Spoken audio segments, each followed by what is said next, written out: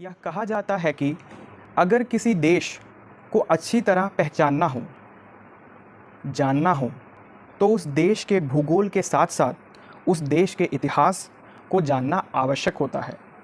उस देश की संस्कृति को जानना आवश्यक होता है और संस्कृति को जानने के लिए उसकी भाषा को जानना आवश्यक है, क्योंकि भाषा संप्रेषण है। भाषा विचारों के आदान प्रदान का माध्यम है।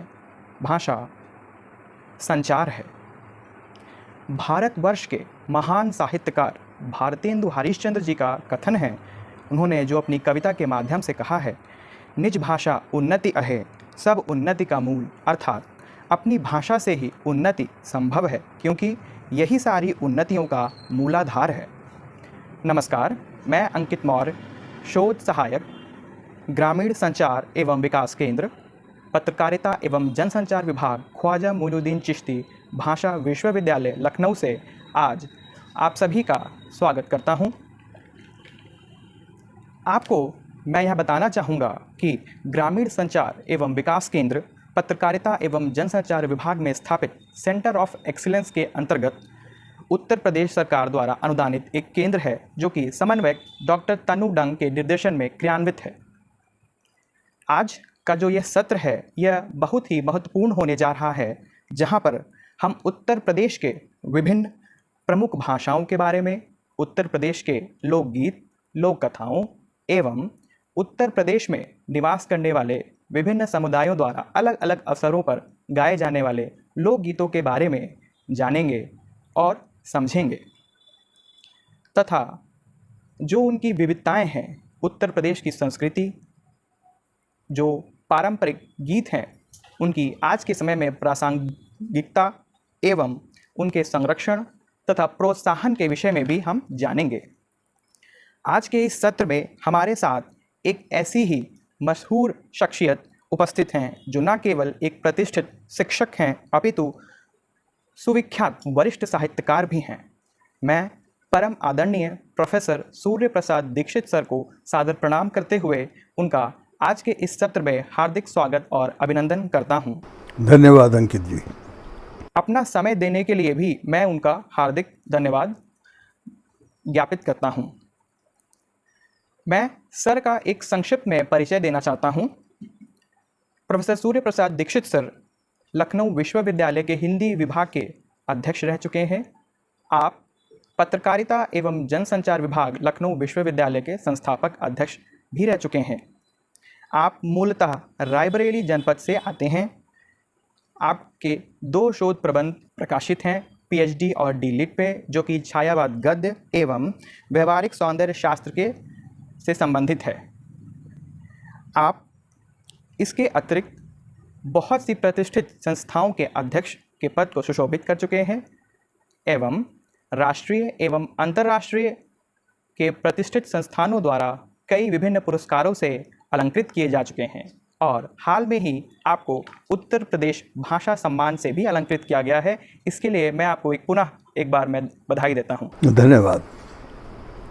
तो आज के इस कार्यक्रम में, आज के इस सत्र में और विलंब ना करते हुए हम सर से आज के जो हमारा उद्देश्य है, अवध के एवं उत्तर प्रदेश के पारंपरिक गीतों तथा लोक कथाओं के बारे में हम सर से और जानेंगे। अंकित जी, सबसे पहले तो मैं आपके विश्वविद्यालय के ग्रामीण विकास केंद्र और उसके द्वारा संचालित इस योजना का स्वागत करता हूं। बहुत बहुत साधुवाद देता हूं, क्योंकि बड़ा महत्वपूर्ण आयोजन है ये। जैसा आपने कहा कि उत्तर प्रदेश विभिन्न भाषाओं का प्रदेश है और उसमें कई प्रकार की सांस्कृतिक धाराएं प्रवाहित हो रही हैं। इन भाषाओं में एक बड़ी महत्वपूर्ण भाषा या विभाषा है अवधी। पहले इसको भाषा कहा जाता था और आज जो हम सबकी मानक भाषा है खड़ी बोली, इसको बोली कहा जाता था। लेकिन समय के फेर से बोली तो भाषा हो गई और जो भाषा थी वो बोली मानी जाती है। हम लोग उसको अवधी विभाषा कहते हैं, जो बोली और भाषा दोनों के बीच है। इस अवधि का इतिहास लगभग 1000 वर्ष पुराना है और ये केवल उत्तर प्रदेश तक ही सीमित नहीं है। उत्तर प्रदेश में जिसको अवध क्षेत्र कहते हैं उसमें आज 24 जिले गिने जाते हैं। वहाँ की तो जनभाषा है ही। इसके अतिरिक्त बिहार में मुजफ्फरपुर से दरभंगा के बीच भी बोली जाती है। नेपाल की तराई का जो क्षेत्र है जिसको मधेश कहते हैं, वहाँ की जनभाषा भी अवधी है। मध्य प्रदेश में जिसे बघेलखंड कहते हैं, रीवा और सतना जिले, वहाँ भी अवधी बोली जाती है। छत्तीसगढ़ का भी कुछ क्षेत्र इसके अंतर्गत आता है। यही नहीं, अंडमान निकोबार में अवधी बोली जाती है। और विदेशों में आप देखें तो सूरीनाम और फिजी, ये दो ऐसे हैं जो अवधी बहुल क्षेत्र हैं। इन देशों में अवधभाषी बहुत बड़ी मात्रा में रह रहे हैं।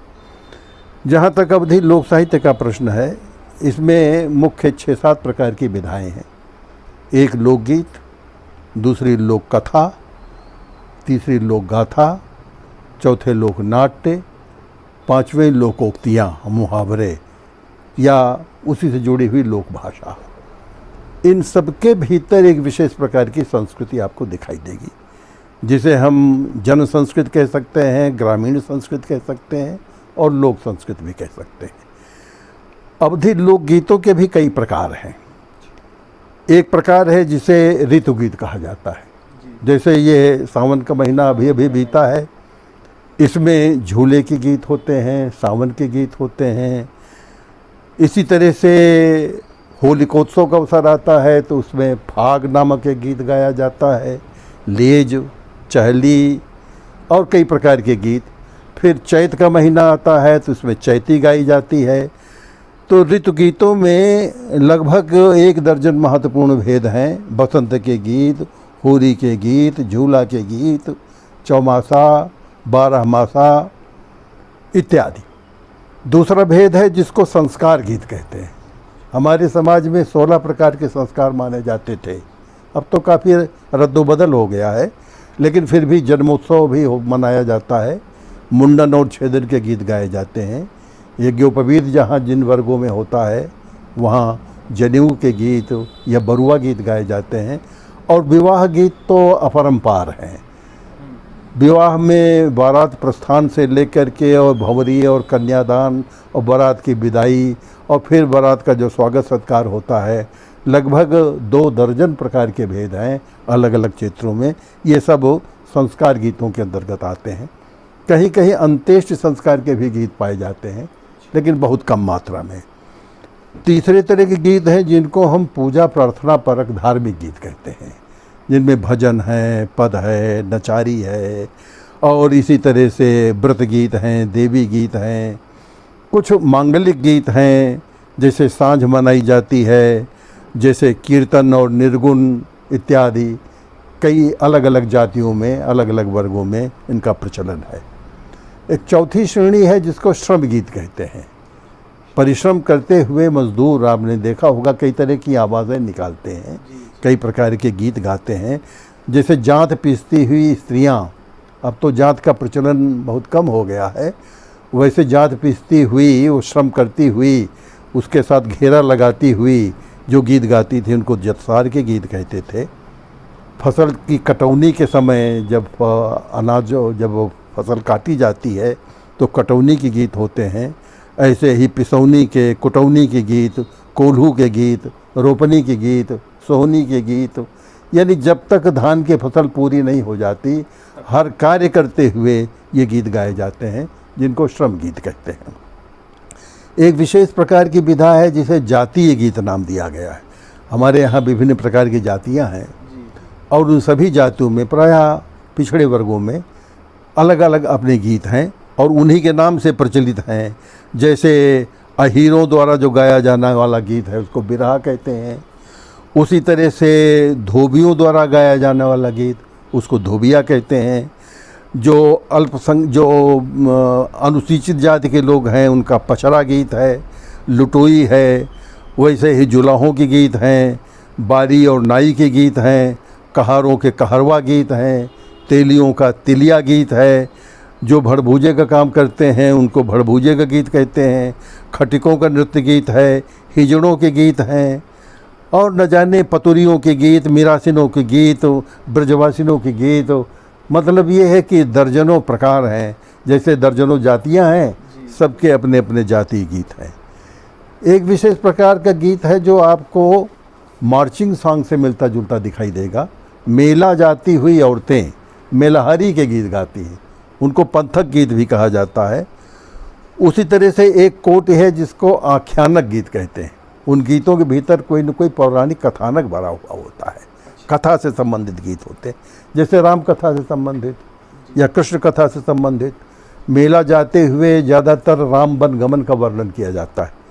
गीतों में वर्णन आता है कि राम सीता लक्ष्मण चले जा रहे हैं जिन जिन विपत्तियों का सामना करते हुए, वो सब गीतों में भरा पड़ा है। कुछ लोकगीत ऐसे हैं जिनको स्फुट कह सकते हैं, जैसे बच्चों के गीत अलग होते हैं, कहीं मंत्र और टोना टटका इत्यादि के गीत अलग होते हैं। तो ये सब वो गीतों के प्रकार हैं। आप इन सब की गणना करें तो मेरा ख्याल है कि 50 के आसपास इनकी श्रेणियाँ ज़रूर हैं। सबकी अलग अलग गायकी शैली है और सबके भीतर लोक संस्कृति भरी हुई है। आज से लगभग 300-400 वर्ष पूर्व से जब से ये गीत बने होंगे और गाए जाते होंगे, क्योंकि 400 वर्षों के इतिहास के संदर्भ तो हमको दिखाई दिए। उसके पहले के वैदिक काल के या मध्यकाल के संकेत वो गीत लुप्त हो गए होंगे, क्योंकि ये कहीं लिखित तो रूप में प्राप्त होते नहीं थे, वाचिक परंपरा में थे, सर्वेक्षण करके उनको एकत्र किया गया है। दूसरी तरह की विधा है जिसको लोक कथा कहते हैं, किस्सा कहानी। इन लोक कथाओं के भी बहुत रूप हैं, बहुत प्रकार के अलग अलग भेद कहे जा सकते हैं।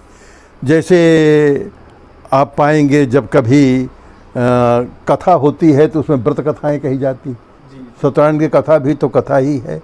ऐसे ही अलग अलग जितने भी व्रत और उपासना के पर्व होते हैं, कहीं बरुआ चौथ हो रही है, कहीं भाई दूज हो रहा है, कहीं छठी पूजन हो रहा है, इन सब में अपने अलग अलग लोक कथाएँ हैं, तो इनको लोक कथा के अंतर्गत लिया जाता है। ऐसे ही बहुत सारी लोक गाथाएँ हैं।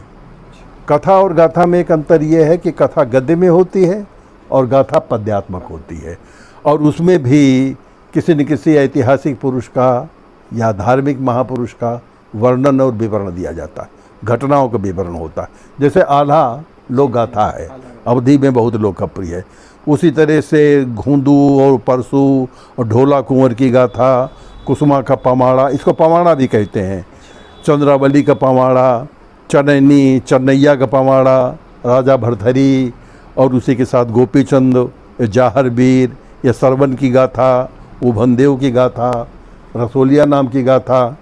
मैंने इसमें बहुत सारी गाथाएं खोजी हैं और पुस्तकाकारों ने अलग प्रकाशित भी किया है। मेरा ख्याल है कि गाथाओं के प्रकार भी 50 के ऊपर हैं। उसी प्रकार से लोकनाट्य एक बड़ी महत्वपूर्ण विधा है। रामलीला लोकनाट्य ही है। रासलीला ब्रज क्षेत्र में बहुत प्रचलित है, पर अवधि में भी कुछ रासलीलाएँ अलग अलग तरह की देखी गई हैं। ऐसे ही नगटौरा, जब बारात चली जाती थी तो स्त्रियां अकेले में अपना समय बिताने के लिए और सुरक्षा के भाव से भी नगटौरा नाम का एक लोकनाट्य घर के भीतर आंगन में, पर्दे की प्रथा थी इसलिए पुरुषों से बच करके मुक्त रूप से वो नाटक करती थीं, अब भी कहीं कहीं दिखी जाती है। उसी तरह से भणैती, जिसमें भाण लोग विशेष प्रकार का मनोरंजन करते हैं और लोकनाट्य दिखाते हैं। उसी तरह से लावनी, तुर्रा कलगी, कठपुतली, बहुरुपिया, चाचर, ख्याल, सांप सपेड़ा, ये सारे लोक नाट्य हैं। अवध क्षेत्र में ज़्यादा तो नहीं बचे हैं, वो कलाकार भी अब नहीं रहे। हमारे यहाँ उत्तर प्रदेश में संगीत नाटक अकादमी ने कुछ सर्वेक्षण किया है, कुछ कलाकारों को नामांकित भी किया है और उनकी कलाओं को ध्वनि और चित्र के माध्यम से सुरक्षित भी कर लिया है। लेकिन बहुत कुछ अभी ऐसा पड़ा हुआ है जो संकलित नहीं हो पाया है, बिखरा हुआ है। आखिरी विधा है जिसको हम लोकोक्ति कहते हैं। अवधि में उसको कहानूति कहा जाता है या मसला कहा जाता है। तो ये मसला और ये लोकोक्ति या ये कहानूति, बात बात में लोग मुहावरे और लोकोक्तियों का, कहावतों का प्रयोग करते हैं। उनके भी कई संग्रह प्रकाशित हो चुके हैं। इन तमाम लोकगीतों में अवध की लोक संस्कृति भरी हुई है।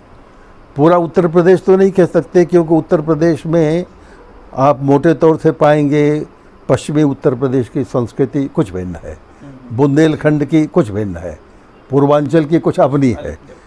अवध एक विशेष प्रकार का आंचलिक क्षेत्र है। उसकी अवध संस्कृति इन लोकगीतों में, इन लोक गाथाओं और कथाओं में, लोक नाट्यों में भरी पड़ी है। उसका सांस्कृतिक अध्ययन करने की बड़ी आवश्यकता है। जो उसमें सामाजिक चेतना है, उनमें जो इतिहास भरा हुआ है, जो उसका धार्मिक पक्ष है, जो उसका आर्थिक पक्ष है, इन सारी दृष्टियों से इसका अध्ययन कर लिया जाए तो एक विशिष्ट लोक संस्कृति या ग्रामीण व्यवस्था जिस पर आपका केंद्र मुख्य रूप से केंद्रित है, वही आपका लक्ष्य है, तो उसका विधिवत अध्ययन किया जा सकता है। सर, जैसा कि आपने बताया है कि इसका जो इतिहास मिलता है वो करीब 400 वर्ष पूर्व से मिलता है, तो और आपने ये भी बताया है कि इसका कहीं लिखित प्रमाण नहीं मिलता है, हमें ये वाचन के ज़रिए ही ये प्राप्त हुआ है। सर, जैसे अगर हम आज के समय में बात करें या कुछ समय पहले की, जब भारत में अंग्रेज़ों का शासन हुआ करता था, तो उस समय और भारत की स्वतंत्रता के बाद सांस्कृतिक रूप से भाषाओं का प्रचलन किस प्रकार से प्रभावित रहा है? वो पूर्व में कैसा रहा है स्वतंत्रता से पहले, और आज़ादी के बाद वो किस प्रकार से उसका विकास हुआ है?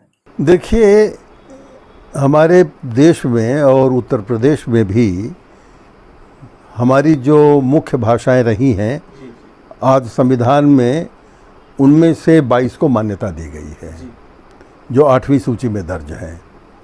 उनमें हिंदी संपर्क भाषा है, जिसको राजभाषा का पद भी मिला हुआ है, राष्ट्रभाषा शब्द भी उसके साथ जुड़ा हुआ है। कुल मिलाकर वो जनभाषा है। इस समय उसके भाषा भाषी 70 करोड़ के आसपास देश और विदेश में पाए जाते हैं। अवध क्षेत्र मूल रूप से हिंदी भाषी रहा है और परंपरा से खड़ी बोली का प्रचलन तो 18वीं शताब्दी के बाद हुआ है। उसके पूर्व अवधी ही राजकाज की भाषा थी, यही साहित्य की भाषा थी और यही दैनिक सरोकार की भाषा थी, जनसंचार का माध्यम। ऐसे प्रमाण मिले हैं कि राजकाज इसी भाषा के माध्यम से होता था। फाइलों में अवधी पर टिप्पणी लिखी जाती थी, राज्यादेश अवधी में जारी किए जाते थे, और साहित्य तो अवधी का है ही। जायसी और सूफी कवि पद्मावत और रामचरितमानस जैसे महाकाव्य, जिनको हम कालजयी कृतियाँ कहते हैं, वो अवधी भाषा में ही आई हैं। और मैं कह सकता हूँ कि साहित्यिक समृद्धि की दृष्टि से हिंदी की जो अन्यान्य बोलियाँ हैं, इस समय 21 बोलियाँ साहित्यिक बोलियों के रूप में मान्यता प्राप्त है। उनमें अवधी के समकक्ष साहित्य क्षेत्र में दूसरी कोई बोली नहीं। ब्रजभाषा का साहित्यिक उत्कर्ष बहुत अधिक है, लेकिन मुक्तक रूप में, प्रबंध काव्यों में अवधी को ही यह प्रतिष्ठा प्राप्त हुई है। तो जन जन की यह भाषा रही है। अंग्रेज़ों के आगमन के बाद ख़ास तौर से मैकाले की जो भाषा नीति आई, उसमें अंग्रेजी को महत्व दिया गया और आम भारतीय नागरिक को यह समझाया गया कि अगर अंग्रेजी पढ़ लोगे तो तत्काल नौकरी मिल जाएगी। और आप जानते हैं, व्यक्ति का आकर्षण जीविका के प्रति तो होता ही है। तो लोगों ने अंग्रेजी पढ़ना शुरू किया और फिर खड़ी बोली राजभाषा बन गई, दैनिक कामकाज की और संचार की। परिणाम स्वरूप ये भाषाएं उपेक्षित हो गई, केवल कविता तक सीमित रह गईं या लोकगीतों में सीमित हैं। यूँ आज की जो पीढ़ी है, ये तो गाँवों से उतनी संबंधित नहीं रह गई, इसका शहरीकरण हो गया है।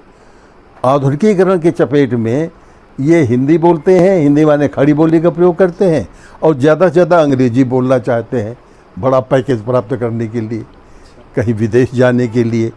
इस समय जो बहुराष्ट्रीय कंपनियां हैं वो भी अंग्रेजी माध्यम से अपना काम कर रही हैं।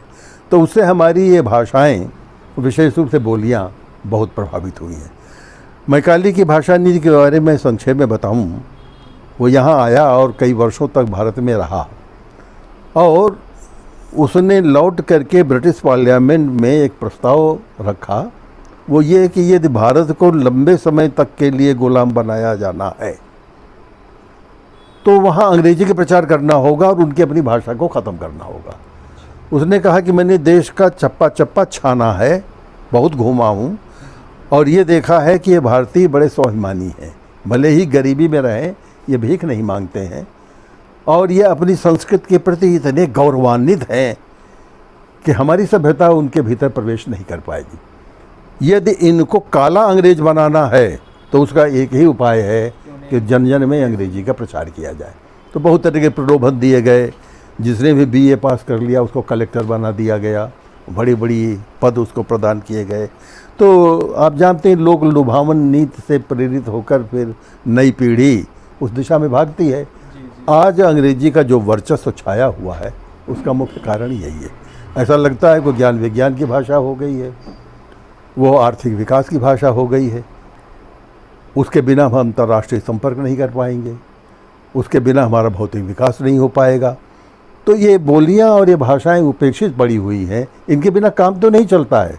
दैनिक कामकाज तो इन्हीं के माध्यम से होता है, लेकिन कैरियरिस्टिक अप्रोच अपनी जीविका और जो अधिक से अधिक उत्तम भौतिक संसाधन प्राप्त करने के लिए अंग्रेजी की निर्भरता बढ़ती चली जा रही है।